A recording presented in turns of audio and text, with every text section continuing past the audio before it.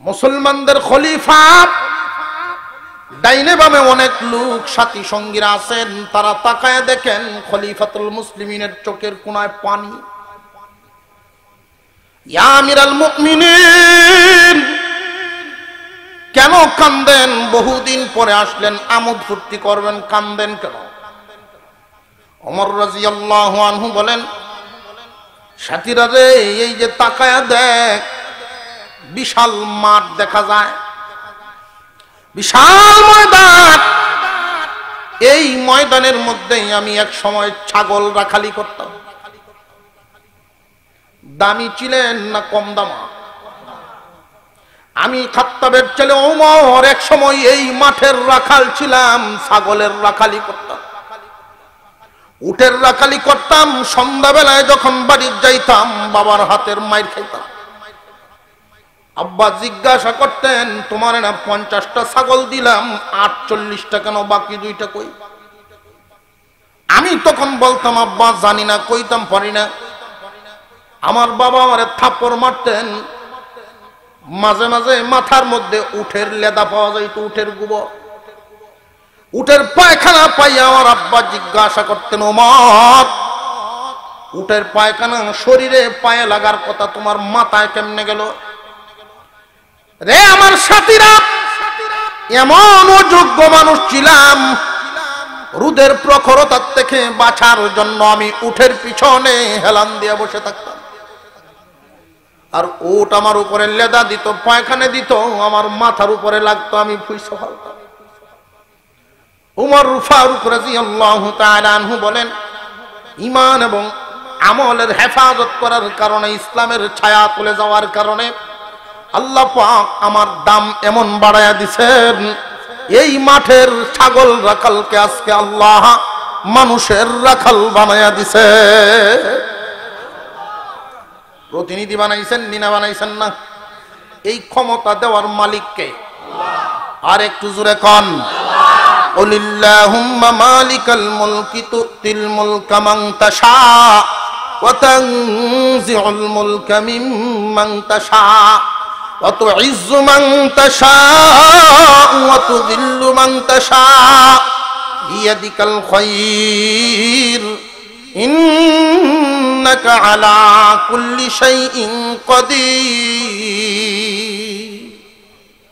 আল্লাহ পাক রব্বুল আলামিন বলেন, দোস্ত জানায় দেন, ক্ষমতার মালিক আল্লাহ, মুলকিয়তের মালিক আল্লাহ।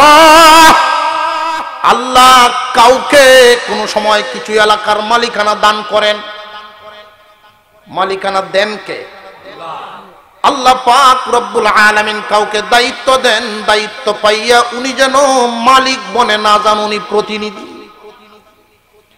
আল্লাহ পাক রব্বুল আলামিন কাউকে সম্মান দেন, আবার কারোর কাছ থেকে সম্মান ছিনায় নেন, প্রতিবাদ করার ক্ষমতা কারোর নেই। আল্লাহ রব্বুল আলামিন সম্মান দান করেছেন ওমর ফারুক রাদিয়াল্লাহু আনহুকে ঈমান এবং আমলের হেফাজত করার কারণে। শুধু উনার কর্তৃত্ব এবং নেতৃত্ব মানুষের উপরে ছিল না, একজন মানুষ, এই পৃথিবীর জমিনের মুমিন মুসলমানরাও নেতৃত্ব পায়, বেঈমানরাও তো নেতৃত্ব পায়। বেঈমানদের নেতৃত্ব আর মুমিনদের নেতৃত্ব অনেক বেশ কম। বেঈমানদের নেতৃত্ব শুধু মানুষের উপরে চলে, আর মুমিন মুসলমানের নেতৃত্ব সমস্ত মাখলুকাতের উপরে চলে। একজন মানুষ যদি ঈমান এবং আমলের হেফাজত করে, আল্লাহ পাক শুধু মানুষের নেতৃত্ব দেন না, মাখলুকাতের নেতৃত্বও দিয়া দেন। ওমর ফারুক রাদিয়াল্লাহু আনহু মদিনার বুকে তিনি নামাজে দাঁড়াইছেন, আল্লাহু আকবার বলেন, নামাজে দাঁড়াইছেন, মাত্র নিয়তটা বাঁধছেন, এমনি মদিনায় ভূমিকম্প শুরু হয়ে গেছে, কাঁপনি শুরু হয়েছে, ভূমিকম্প শুরু হয়ে গেল। ওমর ফারুক রাদিয়াল্লাহু আনহু কি ঠান্ডা মেজাজের না গরম?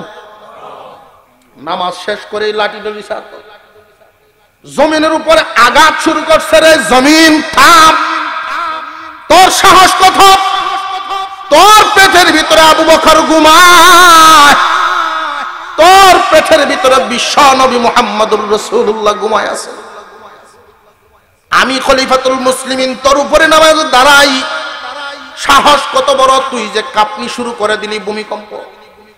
ওমর এমন এক দমক দিছিলেন, পৃথিবীর কত জায়গায় কোনায় কোনায় ভূমিকম্প হয়, আজও পর্যন্ত একজন মুমিনের ধমকে ওই যে থামছিল সোনার মদিনায় এখনো কোনো ভূমিকম্প না। ইজ্জত বাড়েনি না বাড়ে না? একজন মানুষ যখন সঠিক হয়ে যান, ঈমান আমলের হেফাজত করেন, শুধু জান্নাতের মেহমান হবেন না, দুনিয়ায়ও মেহমান। আল্লাহ পাক রব্বুল আলামিন ঈমানদারের দাম মর্যাদা কি পরিমাণ বাড়ালেন। খলিফাতুল মুসলিমিন ওমর ফারুক রাদিয়াল্লাহু তাআলা আনহু, আল্লাহর পয়গম্বর তখন নাই, আবু বকরও নাই, খলিফাতুল মুসলিমিন ওমর, ওমরের জামানায় হযরত আলী রাদিয়াল্লাহু তাআলা আনহুর একটা স্বপ্ন। বিশ্বনবী রহমান পছন্দ করতেন, সাহাবায়ে কেরাম জানেননি না জানেন না? আর একটু জোরে কর। মিশরের গভর্নর আমর ইবনুল আস রাদিয়াল্লাহু তাআলা আনহু, মিশর এলাকা তখন মুসলমানদের হাতে চলে আসছে। আমর ইবনুল আস রাদিয়াল্লাহু আনহুকে ওমর ফারুক রাদিয়াল্লাহু আনহু গভর্নর বানায় পাঠাইছে। গভর্নরের কাছে খবর আসছে, হুজুর নীল নদে পানি নেই, পানির ব্যবস্থা করতে হবে। কেমনে ব্যবস্থা করা হয়? যে আমাদের পূর্বপুরুষদের থেকে একটা প্রথা চালু আছে, যখন বৃষ্টি বন্ধ হয়ে যায় তখন আমরা নীল নদের তীরে সুন্দরী একজন নারীকে সাজায়া গুছায়া তীরের মধ্যে নিয়ে নীল নদের নামে কুরবানি দিয়ে দেই। নাউজুবিল্লাহ। একটা মানুষকে উৎসর্গ করে ফেলে, কিছুদিনের মধ্যেই পানি চলে আসে, এই হলো আমাদের প্রথা। আমর ইবনুল আস রাদিয়াল্লাহু তাআলা আনহু বলেন, এটা ইসলামে পছন্দ করে না, ইসলাম অনুমতি দিবে না। ইসলামিক স্টেট মুসলমানদের খলিফা আছেন, উনার কাছে আমি চিঠি লিখতেছি। ওমর ফারুক রাদিয়াল্লাহু আনহু তখন মদিনায় খেজুর পাতায়ের ছাটায়ে বসে অর্ধেক পৃথিবী শাসন করে। ওমর রাদিয়াল্লাহু তাআলা আনহু মদিনায় আছেন, চিঠি লেখা হয়ে গেল। এই চিঠি যখন চলে আসলো মদিনায়, চিঠিটা উনি দেখাই খুব রাগ করছেন। চিঠির উত্তর লিখছেন সরাসরি নীল নদ বরাবর। কি বরাবর? কোন মানুষের কাছে লিখেন নাই, আমর ইবনুল আসের কাছে লিখেন নাই, সরাসরি নীল নদের কাছে লিখছেন। নীল নদকে উপলক্ষ করে বলেন, নীল নদ রে, তুই যদি মানুষের উপকারে সৃষ্টি হয়ে থাকস, রে নীল নদ, আল্লাহ যদি তোকে মানুষের কল্যাণে বানাইয়া থাকেন, তাহলে আমি মুসলমানদের খলিফা তোকে আদেশ দিচ্ছি, আমার চিঠি পাওয়ার সাথে সাথে যেন তোমার বুকে পানি প্রবাহিত হয়ে যায়। যদি না হয় জানিয়া রাখো, আগামী বছর তোমাকে বন্ধ করে দেওয়া হবে, তোমাকে বরাত করায় ফেলবো, তোমার দরকার নেই। চিঠি লিখছেন নীল নদ বরাবর। এই চিঠি আমর ইবনুল আসের কাছে পৌঁছে। মিশরের মানুষ চিঠি দেখে হাসাহাসি শুরু করে দিছে, এই বুঝি মুসলমানদের খলিফা এত বেকল, কোন মানুষের নামে লেখছে না, নীল নদের কাছে লেখছে। কিন্তু আমর ইবনুল আস রাদিয়াল্লাহু আনহু সামান্য তিনি এদের কথায় কান দেন নাই, এদের দিকে চোখ ফিরান নাই, কারণ আল্লাহর নবীর সাহাবী ওমর রাদিয়াল্লাহু আনহুর মর্যাদা কি পরিমাণ আমর ইবনুল আসের জানা আছে না? আল্লাহর নবী বলেছিলেন, লাউ কানা বাদি নবিয়ান লাকানা উমর, আমার পরে যদি আল্লাহ কাউকে নবী বানাইতেন তাহলে এই উমর হইতো। আল্লাহ পাক রব্বুল আলামিন উনার মর্যাদা কি পরিমাণ বাড়ায়া দিয়েছেন। আমি একদিনের একটা কথা শুধু আপনাদেরকে বলি, সাহাবীরা জানেন উনার মর্যাদার অবস্থা। মদিনায় ঘুমাইছেন আলী রাদিয়াল্লাহু তাআলা আনহু, ঘুমায়া তিনি স্বপ্নে দেখেন বিশ্ব নবীকে, স্বপ্নে দেখতেছেন আল্লাহর পয়গম্বর মসজিদে নববীতে ফজরের নামাজ পড়াইতেছেন, ইমামতি করেন। আলী পিছনে গিয়া দাঁড়াইছেন, নামাজ শেষ হয়ে গেল। সালাম পিরানোর পরে আনসার একজন মহিলা খেজুরের একটা পাত্র নিয়ে মসজিদে নববীর সামনে হাজির। ডাকতেছেন, তোমরা কারা গো? আছো নাকি? এখানে কেউ আসো, আমার এই নতুন গাছের খেজুর নিয়ে আসছি। নতুন গাছে কিছু হইলে, নতুন জমিতে কিছু হইলে, নতুন কোনো কিছু বরকতি মানুষকে খাওয়ানো উত্তম। বরকতওয়ালা মানুষকে খানা খাওয়ানো লাগে। আল্লাহর নবী শিখাইছেন, নতুন বাচ্চা হইছে বরকতি মানুষের জুতা তার মুখে লাগাও, নতুন বাচ্চা হইছে বরকতি মানুষের হাত দিয়ে কিছু একটা করাও, বরকতি মানুষের জবান দিয়ে তার নামটা উচ্চারণ করাও। আল্লাহর পয়গম্বর শিখাইছেন। তো আনসার একজন মহিলা নতুন গাছের খেজুর নিয়ে মসজিদে নববীর সামনে হাজির। এটা কি বাস্তব না স্বপ্ন? হযরত আলী স্বপ্নে দেখতেছেন ঘটনাটা। এই মহিলা খেজুরের পাত্রটা একজন সাহাবীর হাতে উঠায়া দিলেন। আল্লাহর নবীর সাহাবী এই পাত্রটা নিয়ে নবীজির হাতে দিলেন। আল্লাহর পয়গম্বর একটা খেজুর নিজের মুখে দিলেন, সাহাবীদেরকে বন্টন করতেছেন, বন্টন। এইভাবে যখন দেওয়া শুরু করলেন, হযরত আলীও হাত বাড়াইছেন। কাউরে দিলেন 5টা, কাউরে দিলেন 7টা, কাউরে দিলেন 10টা, কিন্তু আলীকে দিছেন একটা। এই একটা খেজুর স্বপ্ন যুগে উনি মুখে নিলেন, খাইতেছেন ঘুমের মধ্যেই। মসজিদে নববীর আযানের আওয়াজ, আসসালাতু খায়রুম মিনান নাওম। ঘুম ভেঙে গেছে, তাড়াতাড়ি করে মসজিদে নববীতে গেলেন, জামাতে শরীক হইলেন। খলিফাতুল মুসলিমিন ওমর হইল ইমাম, ইমামতি করতেছেন, আর উনি নামাজে দাঁড়াইছেন। নামাজ শেষ, সালাম ফিরায়ও তিনি এটা ভাবতেছেন, কি দেখলাম কি দেখলাম স্বপ্নে। এমনি শোনা যায় একজন মহিলার কণ্ঠের আওয়াজ। মসজিদে নববীর সামন থেকে আওয়াজ আসতেছে, তোমরা কি কেউ আছোনি? থাকলে একজন আসো, নতুন গাছের খেজুর নিয়ে আসছি, আমিরুল মুমিনিনের হাতে উঠায় দাও।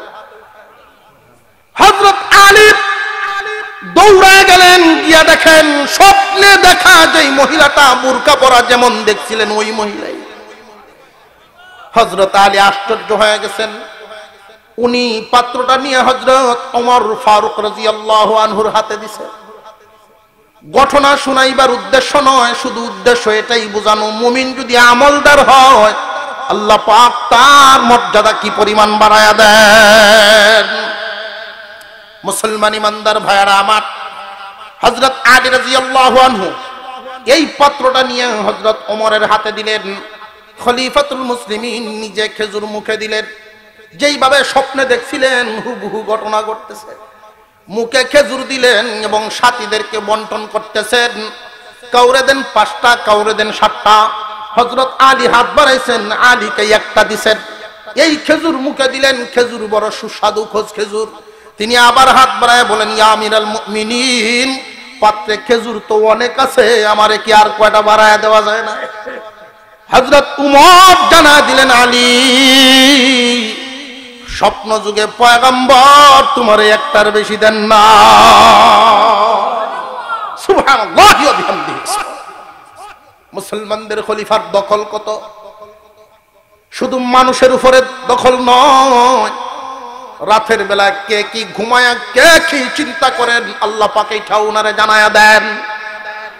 একজন মানুষ যখন এরকম আমলওয়ালা হইয়া যান, আল্লাহ পাক রব্বুল আলামিন তার মর্যাদা তখন সীমাবদ্ধ রাখেন না, অনেক বাড়ায়া দেন। বাড়াইতে বাড়াইতে বাড়াইতে বাড়াইতে এই পরিমাণ উঠায়া দেন, আল্লাহ পাক রব্বুল আলামিন এমন উঠানো উঠায়া দেন।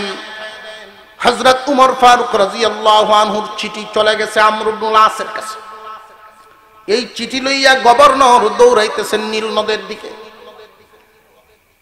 মিশরের মানুষ তামাশা দেখার জন্য ওনার পিছনে পিছনে ছুটছে। যেই মাত্র আমর ইবনুল আস চিঠিটা নিয়ে নীল নদের তীরে রাখছেন, রাখতে দেরি, পানি নিচ থেকে উঠা শুরু হইতে দেরি নেই। আমর ইবনুল আস বর্ণনা দেন, আমি দৌড়ায় তীরে উঠলাম।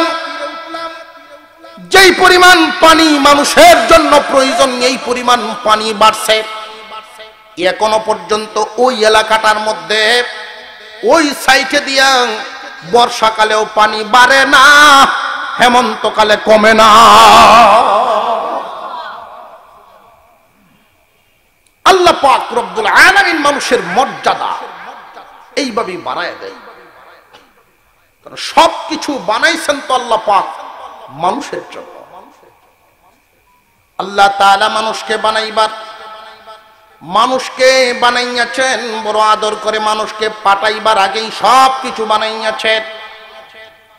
জানিয়ে রাখবেন, মানুষ জানিয়ে রাখবেন, একজন মানুষ যদি কোনো একটা নীতি আদর্শকে ধরে রাখে, মানুষ যদি মানুষকে খুশি রাখতে পারে, মানুষকে খুশি করলে আল্লাহ এতটা খুশি হন।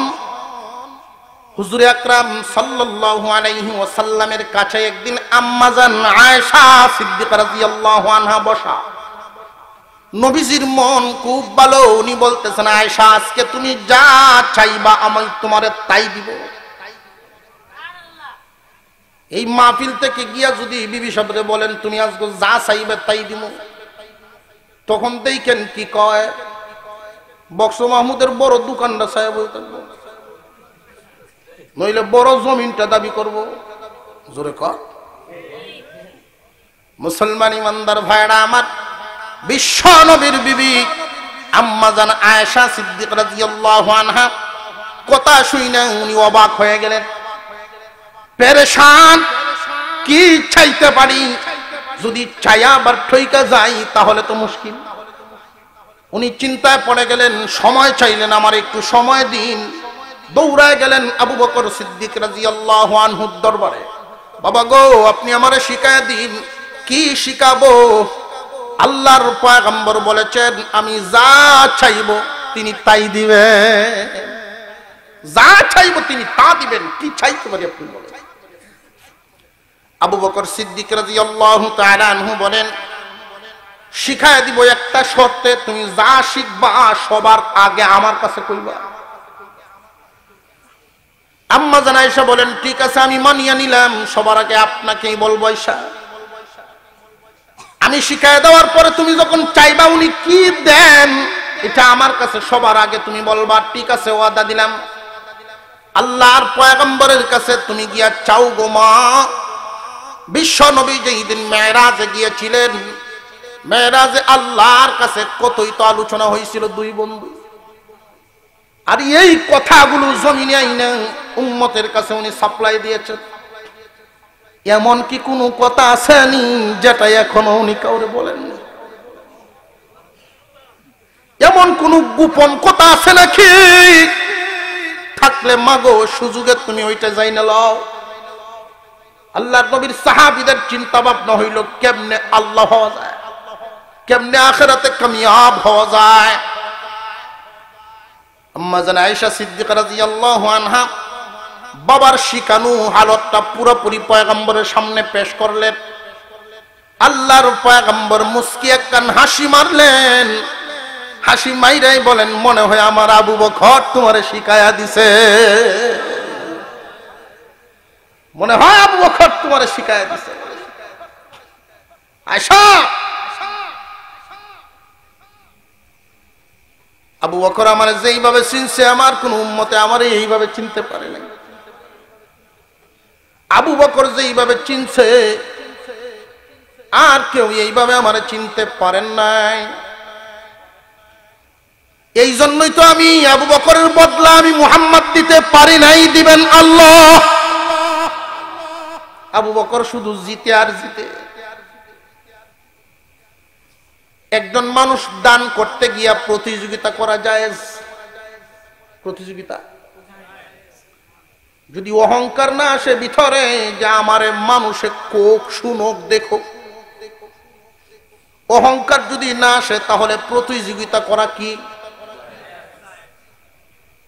সাহাবায়ে কেরাম প্রতিযোগিতা করতেন। আল্লাহ বলেছেন ওয়াসারিউ ইলাল মাগফিরাহ, আল্লাহর দিকে, ক্ষমার দিকে, দান খয়রাতের দিকে, ইসলামের দিকে প্রতিযোগিতামূলক তোমরা একে অপরের চাইতে আগাইতে। আল্লাহর পয়গম্বর মসজিদে নববীতে চাদর বিছায়া দিছেন, চাদর বিছায়া দিছেন। নবীজি সাল্লাল্লাহু আলাইহি ওয়াসাল্লাম যুদ্ধের জন্য সামান তৈরি করতেছেন। হযরত উমর মনে মনে ভাবেন এই বুঝি সুযোগ যায়। আবু বকর তো আল্লাহর রাস্তায় দিতে দিতে দিতে দিতে এখন লুজার নাই কিছু, এখন আজকে আমি জিত নিব, জীবনে কোনোদিন জিত নিতে পারি নাই। হযরত উমর দান করলেন। নবীজি দান করলাম। কি পরিমাণ দান করছো? আমার সমুদয় সম্পত্তির 2 ভাগ করে 1 ভাগ আমার জন্য রাখছি, আর 1 ভাগ আল্লাহর হস্তে দিয়ে দিলাম। সুবহানাল্লাহর আওয়াজে বোঝা যায়, এর আওয়াজে বোঝা যায় এটা কোনো বিষয় হইল? অর্ধেক সম্পদ দেলার এটা কোনো ব্যাপার হইল? আওয়াজে তো এরকমই বুঝা যাইতেছে। সুবহানাল্লাহর আওয়াজ। চেয়ারম্যান সব কতক্ষণ চিল্লাইলেন আল্লাহ মাদ্রাসার মোহাব্বতে, কতক্ষণ পর্যন্ত বললেন, এর পরেও বাইরেই তো চায় না, বাইরেই তো চায় না।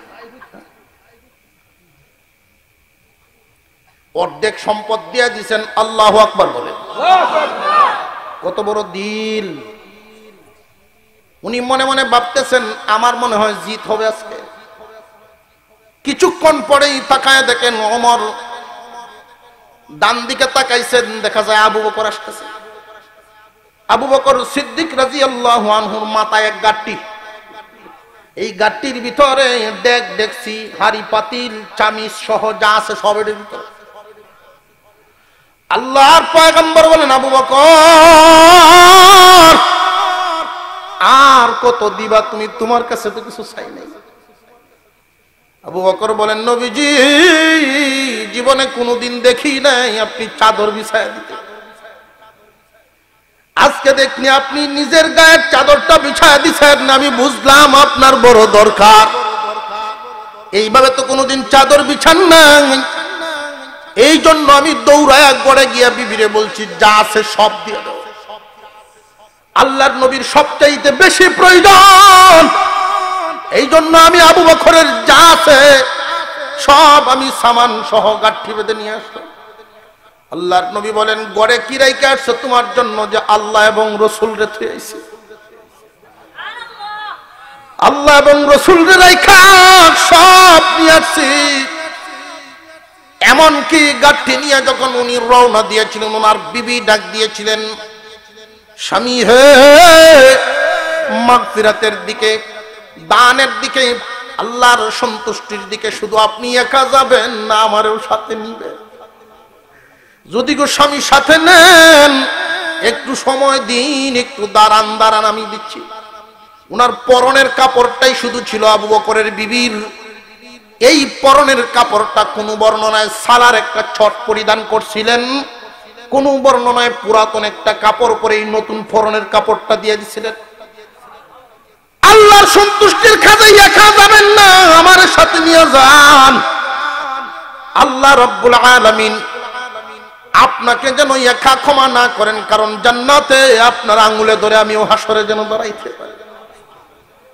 হুজুর আকরাম সাল্লাল্লাহু আলাইহি ওয়াসাল্লাম মনে মনে খুব খুশি হয়ে গেলেন। ওমর দিয়েছেন ওনার সম্পত্তির অর্ধেক, আর আবু বকর দিলেন সব। পরিমাণ কিন্তু এখানে উল্লেখ নাই।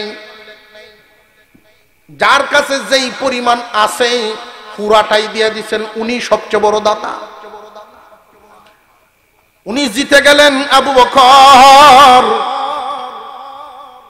হুজুর সাল্লাল্লাহু আলাইহি ওয়াসাল্লামের কাছে জিবরাইল আমিন আসছে। জিবরাইল আলাইহিস সালাম আয়েশা বলেন, ওগো নবীজি, আবু বকরের ঘরের খবর আপনি রাখছেন।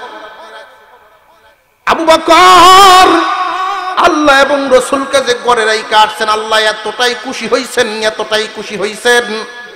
আবু বকরের বিবির এই কুরবানি, আবু বকরের কুরবানির কারণে আসমানের সমস্ত ফেরেশতাদেরকে আজকে সালার ছট পরিধানের অনুমতি দিয়েছে। আল্লাহর কাছে এতটাই পছন্দ, যার কুরবানিটা যত বড় হয় তার উপরে আল্লাহর মেহেরবানিটাও তত বড় হয়। মুসলমান ইমানদার ভাইরা আমার, আবু বকরের মর্যাদা এমনিই বাড়ে নাই, এমনিই বাড়ে নাই। আম্মা জান আয়েশা জিজ্ঞাসা করেছিলেন, স্বামী হে, ওগো নবীজি, আসমানের তারকাগুলো গোনা যেমন অসম্ভব, এইরকম অগণিত নেকির মালিক আপনার উম্মতের কেউ কি আছে নাকি? আল্লাহর পয়গম্বর বলেছিলেন, আমার উমরের আমল নামায় এই পরিমাণ নেকি আছে, গনিয়া শেষ করা সম্ভব না। উমরের মর্যাদা এত বেশি, যা নেকি গুনিয়া শেষ করতে পারবা না, আসমানের তারকা সম পরিমাণ। আম্মাজান আয়েশা বড় আশ্চর্য হয়ে গেলেন, এত নেকির অধিকারী বুঝি উনি, যে তুমি আরো আশ্চর্য হইবা, আরো আশ্চর্যের খবর আছে। উমরের নেকি সহ কিয়ামত পর্যন্ত আমার যত আনেওয়ালা উম্মত, সমস্ত উম্মতের নেকি যদি এক পাল্লায় রাখা হয়, আর আমার একজন মানুষ আছে তার নেকি যদি এক পাল্লায় রাখা হয়, তো আমার আবু বকরের নেকির পাল্লাটাই ভারী হয়ে যাবে। আবু বকর তো এমনি আবু বকর হন নাই, আবু বকর এমনি মর্যাদাশীল হন নাই। আল্লাহর পয়গম্বর 6 মাস আগে জানাইছেন আবু বকর হিজরত করতে হবে। তৈরি তাই জি হুজুর আমি তৈরি আছি, রাতের বেলায় কিন্তু যেতে হবে। মহান আল্লাহ যখন হুকুম দেন তখনই যাইতে হবে। আবু বকর আর এই কথা জিজ্ঞান নাই যে কোন দিন যাব। যেই দিন তিনি এই মেসেজ পাইলেন, গড়ে গিয়া উনি রেডি। প্রায় 6 মাস পরে আল্লাহর পয়গম্বর গড়ের দরজায় এসে আস্তে করে ডাক দিছিলেন। ডাকটা আসতে কেন? চতুর্দিকে আল্লাহর পয়গম্বরের শত্রুরা নাঙ্গা তলোয়ার নিয়ে ঘুরে, খুব আস্তে করে যাইতে হবে। হুজুরের বিছানায় হযরত আলীকে শুয়াইছেন আর বলছেন, নাও কিছু আমানত আল্লাহর পয়গম্বরের কাছে মানুষ রাখছে। কারণ তখন তো আর সোনালী ব্যাংক, অগ্রণী ব্যাংক, রূপালী ব্যাংক এরকম ব্যাংক ছিল না। মানুষের স্বর্ণ রূপার টাকা পয়সা বিশ্বস্ত মানুষের কাছে রাখত। আর মক্কা নগরীতে বিশ্বস্ত মানুষ আপনার আমার পয়গম্বরের চাইতে কেউ না। বিধর্মীরা ওনার কাছে আইনে রাখে, যদিও ধর্ম তার মানি না, কিন্তু আমাদের টাকা পয়সা তার কাছে রাখলে এটা নষ্ট হবে না। আল্লাহর পয়গম্বরের কাছে জিম্মাদারি রাখতো অনেক মানুষের। নবীজি এই জিম্মাদারি হযরত আলীকে দিলেন। আলী রাদিয়াল্লাহু তাআলা আনহু এই জিম্মাদারি নিয়ে নবীজির বিছানায় শুইলেন। নবীজি বলছেন, আলী আগামীকাল সকাল বেলায় ঘুম থেকে উঠা অমুক অমুক অমুক অমুক অমুক অমুক রে এগুলো দিয়া দিও।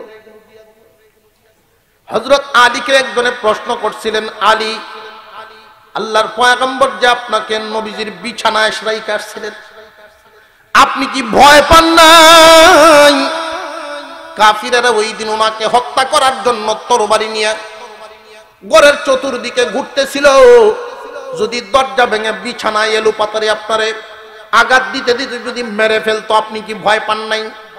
হযরত আলী বলেছিলেন, মানুষ মারবে কেন, মানুষ কেন, আমি ওই দিন আজরাইলকেও ভয় পাই নাই। চিৎকার দিয়ে বলেন সুবহানাল্লাহ।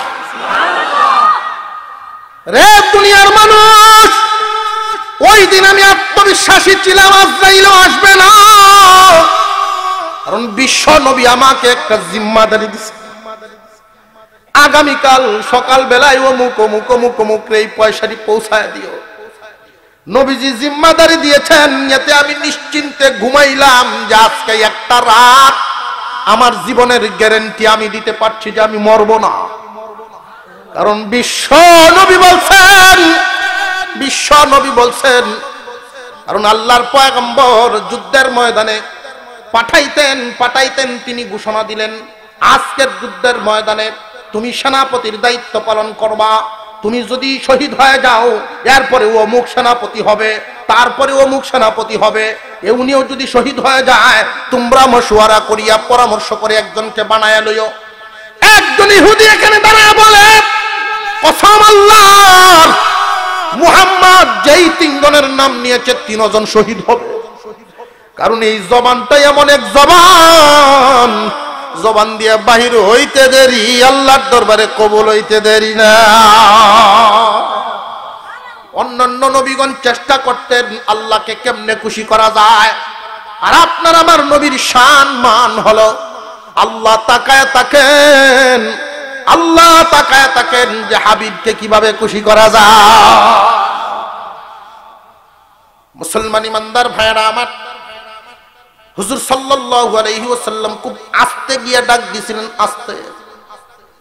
আবু বকর ডাকটা দিতে দেরি, দরজা খুলতে দেরি নাই। লাব্বাইক ইয়া রাসূলুল্লাহ। কতদিন পরে এর ভিতরে কিন্তু দেখা সাক্ষাৎ তো ডেলি দৈনিক হচ্ছে, সব সময় হচ্ছে, এই ব্যাপারে আর কোনো কথা নাই। আল্লাহর পয়গম্বর আশ্চর্য হয়ে জিজ্ঞাসা করলেন, আবু বকর ইশার নামাজ পড়ে কি তারপরে আর ঘুমাও নাই তুমি? নবীজি আজকে কেন?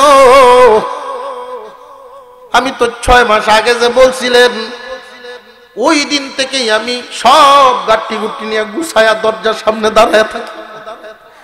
ইয়া রাসূলুল্লাহ, চতুর্দিকে আপনার শত্রু, একটার বেশি যদি দ্বিতীয়বার ডাক দিতে গিয়ে আপনার মনে এই চিন্তা আসে, আবু বকর কেন ঘুমাইলো?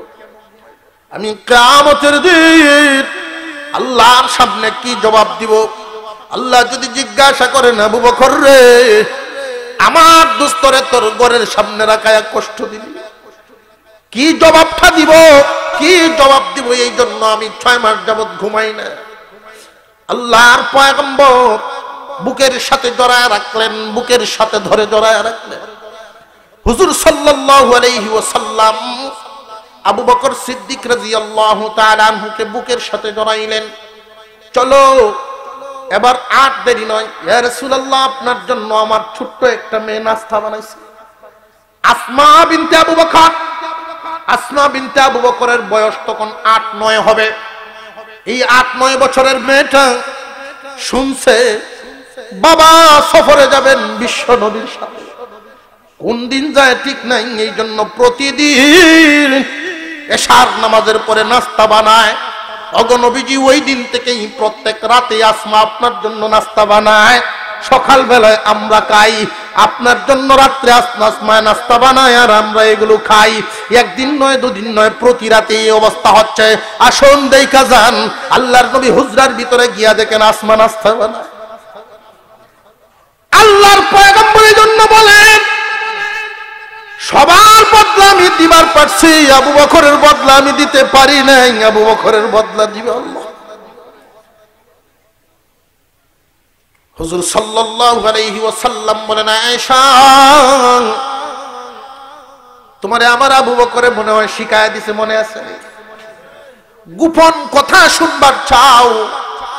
আল্লাহ এবং আমার মধ্যে গোপন আলোচনা ছিল, এই কথাটা আজকে তো গোপনই, গোপন আর গোপন রইল না, প্রকাশ হয়ে গেল।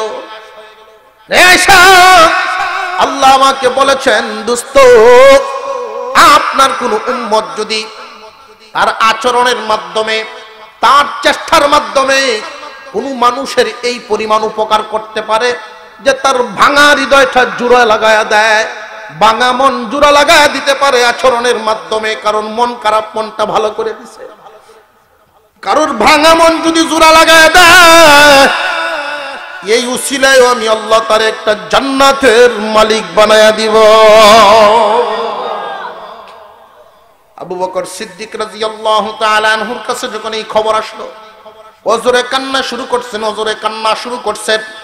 আম্মা জানা আয়েশা বলেন, ওগো বাবা, জীবনে দেখেছি টাকা পয়সা দিয়া সারা জিন্দেগি ব্যয় করিয়া কতবা মানুষের ভাঙা মন জোড়া লাগাইছেন, ভাঙা সংসার জোড়া লাগাইছেন, আপনি কেন কান্দেন? আপনি তো শুকরিয়া আদায় করে হাসার কথা।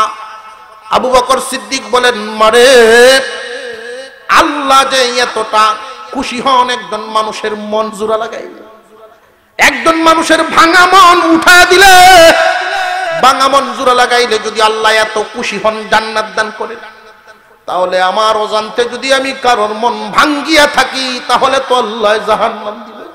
আমি ওই ভয়ে কান্দি রে মা, ওই ভয়ে কান্দি, যাতে কোনো মানুষ আমার দ্বারায় কি আঘাতপ্রাপ্ত হইল কিনা। আমরা তো এই চিন্তাই করি, দুনিয়াতে জীবন যাপন করি, সমাজে চলাফেরা করি, তো আমার হাত দ্বারা, আমার মুখ দ্বারা কি কেউ কোনো কষ্ট পাইছেন কিনা, এই চিন্তা ভাবনা আমাদের অন্তরে আছে? আর একটু জোরে কর, আমাদের মনে চিন্তাই থাকে না। মুসলমান ভাইয়েরা আমার, আমি আপনাদের সামনে যে আয়াতে কারিমা, যে সূরা কাহাফের শেষ অংশের কিছু অংশ তিলাওয়াত করেছি, আল্লাহ পাক রব্বুল আলামিন বলেন, জান্নাতের মেহমান বানাবেন ইমানদার যদি নেক আমল করে। একখান হাদিসও তো তিলাওয়াত করছিলাম। এই হাদিসের মধ্যে নবীজি বলেন, জান্নাতের ভিতরে স্পেশাল বালাখানা থাকবে কিছু। এই দুনিয়ার জমিনের নিয়ম হলো যার যত টাকা পয়সা বেশি তার তত বিলাসিতা বেশি। জোরে কর, আর একটু জোরে কর। একজন মানুষের কিছু টাকা পয়সা যখন হয়, গ্রামের বাড়ির খুব ফিটফাট করে বাড়িঘর বানায়। টাকা পয়সা আরো যখন হয় তখন পরশুরাম বা ফুলগাজী, ছাগলনাইয়া উপজেলা শহরে। আরো যখন টাকা পয়সা হয় তখন ফেনী শহর, ঢাকা শহর, সব শহরগুলো বাসা বাড়ি করে শেষ। এখন আরো হইছে টাকা, এখন কক্সবাজার, সিফলেজ, পানির পজিশন, সাগর পজিশন। মাসে 6 মাসে 1 বছরে বিবি বাচ্চা নিয়ে যাবে, ইয়া মাঝে মাঝে আমোদ ফুর্তি করে। জোরে কর। এটাই তো মানুষের টাকা পয়সা যার যত বেশি, কিন্তু অবস্থা হইলো এখন নিজের বিবি বাচ্চা নিয়ে যায় না, অন্যের ডিল হয়ে যায়। ফেসটা তো লাগে এলো। জোরে কর। আখিরাতে টাকা পয়সার দাম নাই, নেকির হালত। দুনিয়াতে বুক বিলাস টাকাওয়ালার বেশি, আখিরাতে নেকিওয়ালার বেশি। প্রত্যেক মুমিনকে আল্লাহ একটা করে জান্নাত দিবেন, কিন্তু স্পেশাল কিছু আমলদার আছে। এই স্পেশাল কয়েকটা আমলের কথা বলেই আলোচনা শেষ করব। স্পেশাল আমলদার স্পেশাল জান্নাতের মালিক হবে। ওই যে বাংলো বাড়ি, স্পেশাল জান্নাত থাকবে, জান্নাতের বাইরেও আর একটা জান্নাত হবে। সুবহানাল্লাহ। ইন্না ফিল জান্নাতি গুরাফা ইউরা যাহিরুহা মিন বাতিনিহা ওয়া বাতিনুহা মিন যাহিরিহা। আল্লাহর পয়গম্বর বলেন, এত সুন্দর বালাখানা একখান তৈরি করা আছে, স্পেশাল বালাখানা। এটা সবাইকেই দেওয়া হবে না, স্পেশাল গুণের অধিকারী। এত উন্নত মানের বালাখানা দুনিয়ার কোনো ইট পাটকেল দিয়ে এটা তৈরি করা হয় নাই।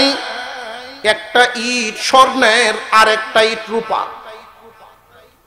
একটা ইট স্বর্ণের আর একটা ইট রূপার, 2 ইটের জোড়া হবে জাফরান নামক মেডিসিন দিয়া। এই 2 ইটের মাঝখান থেকে মেশকে আম্বরের সুঘ্রাণ বাহির হবে। এতটাই উন্নত কারুকার্য করা, ভিতর থেকে বাহির দেখা যাবে, বাহির থেকে ভিতর দেখা যাবে। খুব সুন্দর বালাখানা। সামনে হাউস থাকবে, মাছ দৌড়াদৌড়ি করতে থাকবে।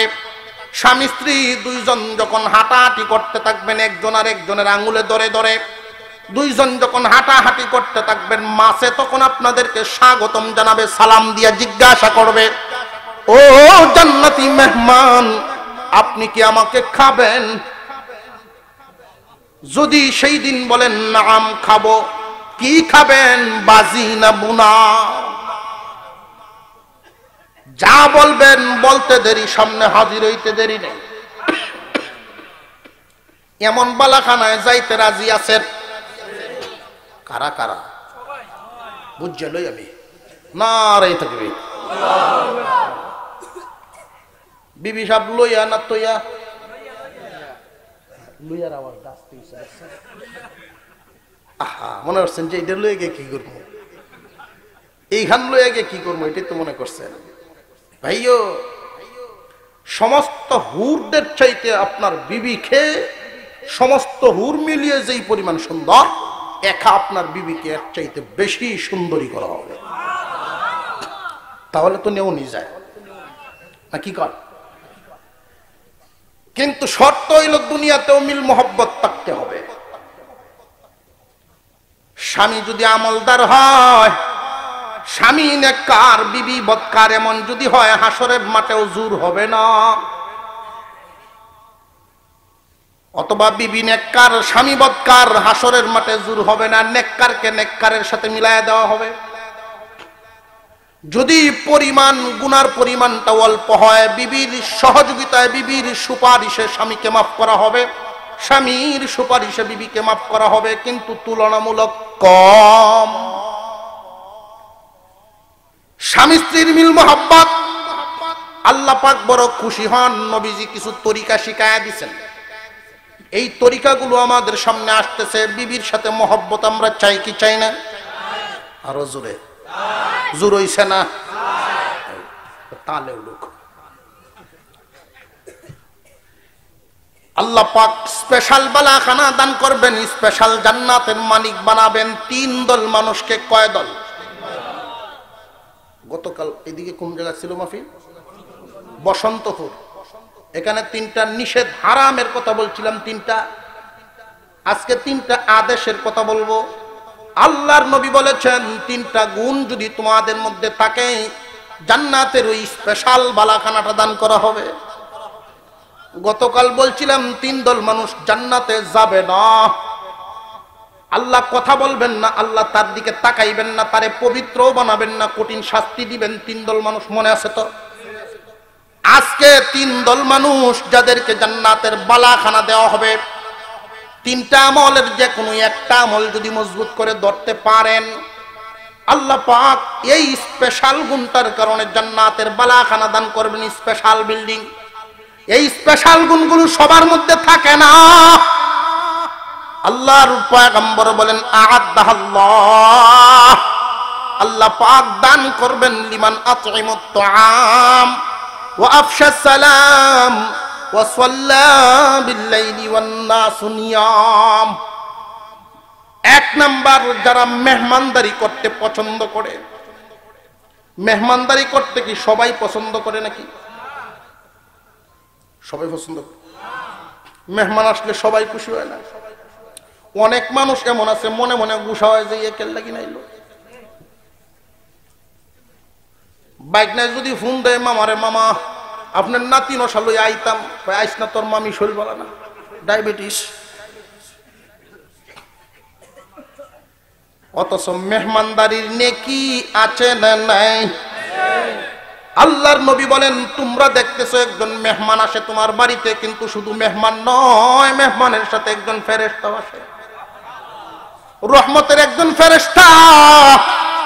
মেহমান থাকবে যতদিন, ফেরেশতাও থাকেন ততদিন।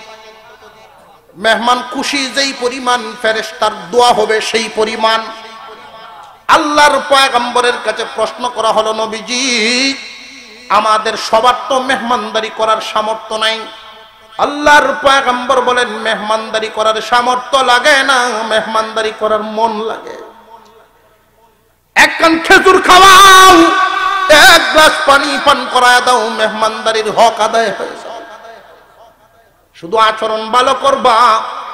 আজকাল আমাদের অবস্থা হলো, যদি লোকটা দুনিয়ার উন্নতি হয়, দুনিয়ায় যদি ধনী হয়, তাহলে দূরের মানুষরে কাছের কয়। আর যদি লোকটা গরিব হয়, কাছের মানুষরে দূরে ঠেলাইয়া দেয়। এই হলো আমাদের চরিত্র। এতে আল্লাহ সাংঘাতিক নারাজ হয়। যদি দেখা যায় লোকটা শিল্পপতি, তার ব্যাপারে যদি পরিচয় জানতে চায়, আপনার চিনেন উনি, কয় কোন কি, আমরা নিজের মানুষ। নিজের মানুষ কিরকম? নিজের একদম আপন, একদম আপন। কিরকম আপন? যে আমার চাচার বরগিরির মামা হোক, আমার চাচার বরগিরির মামা শ্বশুর। বরগিরি বুঝেন তো? বউয়ের বড় ভাই। আমার চাচার বউয়ের বড় ভাইয়ের মামা শ্বশুর। খুব কাছে না, একদম শিল্পপতি, টাকার ঠেলায় খুব কাছে আসে। আর যদি গরিব হয়ে যায়, যে আমরা রে বাইক না লাগে, বাইক না, কিরকম বাইক না, আমরা রে আমাদেরই, আপনাদেরই, মানে গরিব দিকে আপন বোনের ছেলেকে আমরা রে, গরিব হইলে অবস্থা। অথচ আত্মীয়তার সম্পর্ক যে ধরে রাখে, আল্লাহ পাক বলেন তোমারও আমি ধরে রাখি। আত্মীয়তার সম্পর্ক ছিন্ন করে, আল্লাহ বলেন আমার রহমত থেকেও তুমি ছিন্ন হয়ে। রহমত বরকত দেওয়ার মালিক কে? আল্লাহ পাক রব্বুল আলামিনের একজন ফেরেশতা, রহমতের ফেরেশতা, বাড়িওয়ালার জন্য দোয়া করেন, আল্লাহ মেহমানের কদর দে, তার অভাব দূর করো। মেহমানের কদর দেয়, বলা মুসিবত দূর করো। মেহমানকে যারা কদর করবে, মেহমানদারি পছন্দ করে, এটা সবাই পারে না, এটা স্পেশাল একটা গুণ।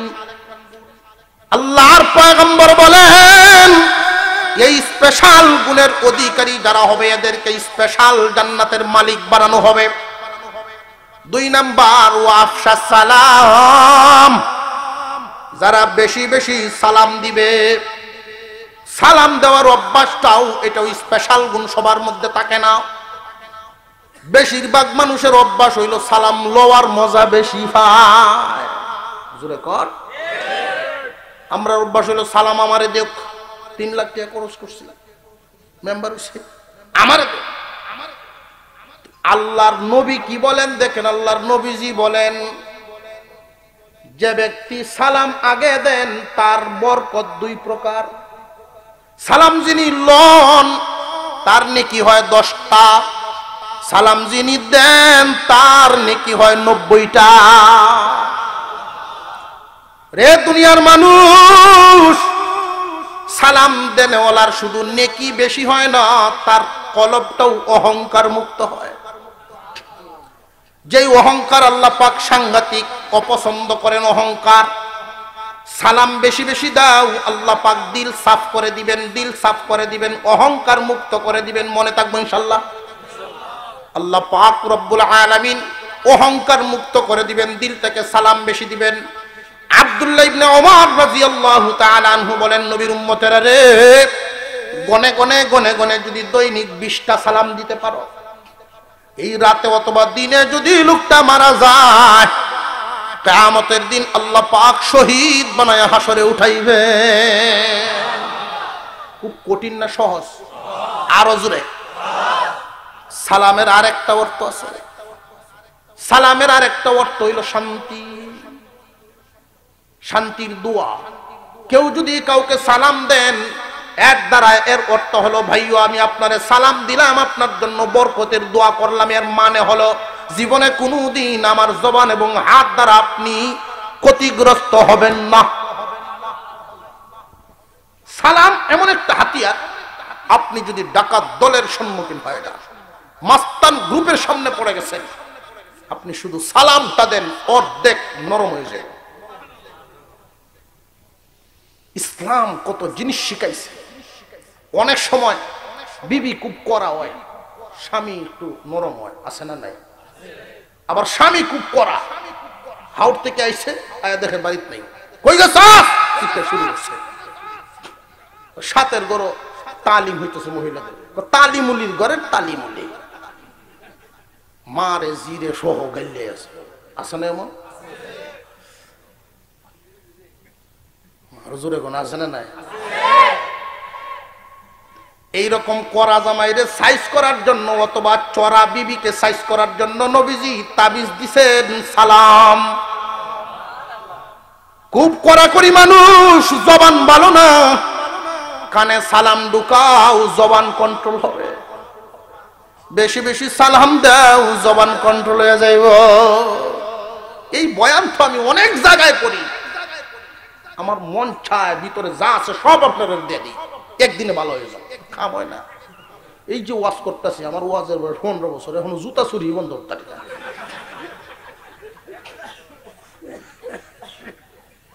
আজকেও আমার সাথে আমার সাদি খাইলো, জুতা চুরি লেগে ফুল গাছে জুতা কিনলে, জুতা কিনলাম তো জুতা হয়তো আর একজনে থয়ে গেছে বদলায়, কিন্তু এইটি যে আমি লইম ওইটি যে তার, এটা তো জানা নাই। সেই লোক তো বিসমিল্লাহ করে লয়ে গেছে। এই ভয়টা যদি থাকতো মানুষের অন্তরে, যে আমি আর একজনের হকটা কেমনে মারি। এ ভাই, হাসরের বিচার হবে, কে জান্নাতি কে জাহান্নামী আল্লাহর জানা আছে না নাই? তাহলে হাসরের ময়দান কেন?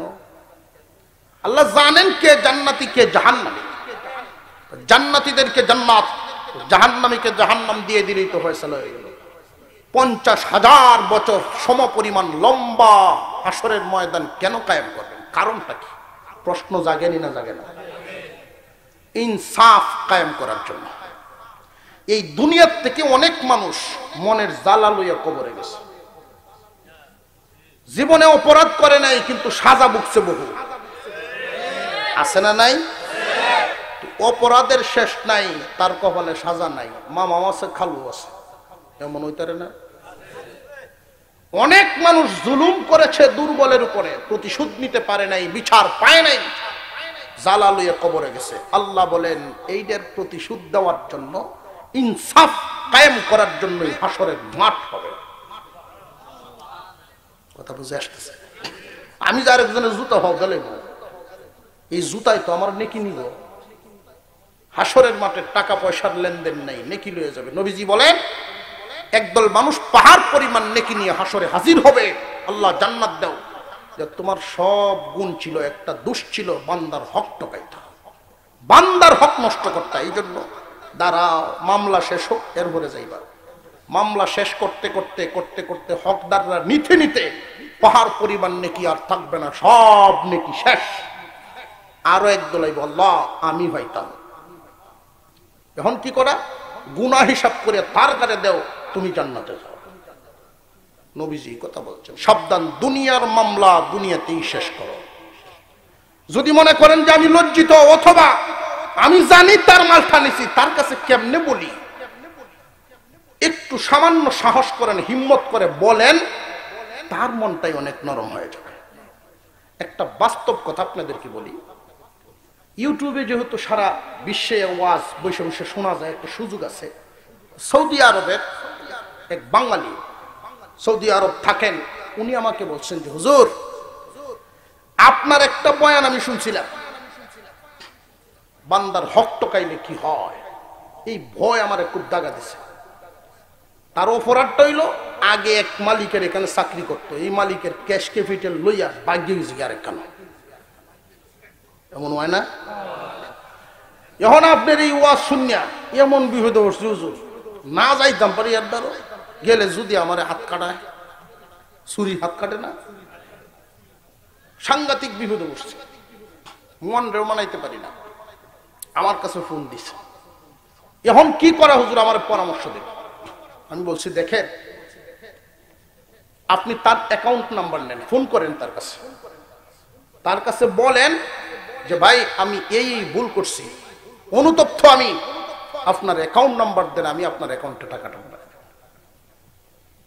পাচ্ছি। হুজুর ফোন করছে, এই লোকে কয় তোমার নিজেরাই তুই ওঠে হলে অ্যাকাউন্ট নাম্বার পাইতাম, যদি মাপ চাও তাহলে আমার দাঁড়াও।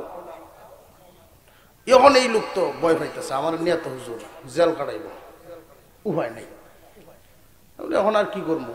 তবে আমার মন বলছে তোমার মাফ করব, তুমি যাও, তোমার ভালো হবে, যাও।